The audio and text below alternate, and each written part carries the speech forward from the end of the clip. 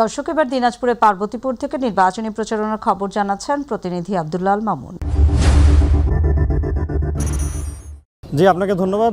এই মুহূর্তে অবস্থান করছি দিনাজপুরের পার্বতীপুরে। আপনি জানেন যে আসন্ন ত্রয়োদশ জাতীয় সংসদ নির্বাচনের শেষ মুহূর্তে বেশ জমে উঠেছে প্রচারণা এবং নানা প্রতিশ্রুতি দিয়ে কিন্তু ভোটারদের দ্বারে দ্বারে গিয়ে ভোট চাইছেন প্রার্থীরা।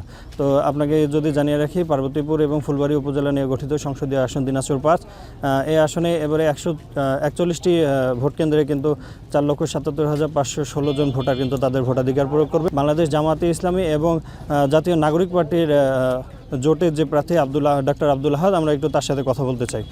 আসলে আপনি তো ভোটারদের দ্বারে দ্বারে যাচ্ছেন এবং ভোট চাইছেন, কেমন সাড়া পাচ্ছেন এবং জয়ী হওয়ার ব্যাপারে আপনি আসলে কতটুকু আশাবাদী, একটু যদি বলতেন। ধন্যবাদ। আপনারা জানেন যে আসলে পৃথিবীর সব মানুষই চায় ন্যায় এবং ইনসাফ কায়েম হোক, তার বরাদ্দের টাকাটুকু তাকে সুষমভাবে বন্টন করা হোক। কিন্তু 54 বছর ধরে আমরা দেখেছি যারা লুটপাট করেছে, 250 বিলিয়ন মার্কিন ডলার বাংলাদেশ থেকে লুটপাট হয়েছে, 50টা ব্যাংক রেড জোনে গিয়েছে। তার এই ধারাবাহিকতায় ফ্যাসিস্টটা যেভাবে চলে গিয়েছে, 5 আগস্টের পর থেকে আরেকটা দল আছে যারা বিভিন্ন লুটপাটে ব্যস্ত আছে, চাঁদাবাজি করতেছে, আমাদেরকে বিভিন্ন ধরনের আমাদের যে অধিকারটুকু আছে সেগুলো রক্ষা করে নাই।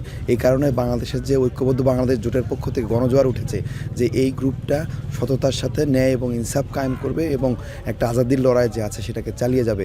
যেই গণজোয়ার বিশ্ববিদ্যালয়গুলোতে আপনারা দেখেছিলেন, ঠিক একইভাবে গ্রাম থেকে গ্রামান্তরে একইভাবে সেই জোয়ার বইছে।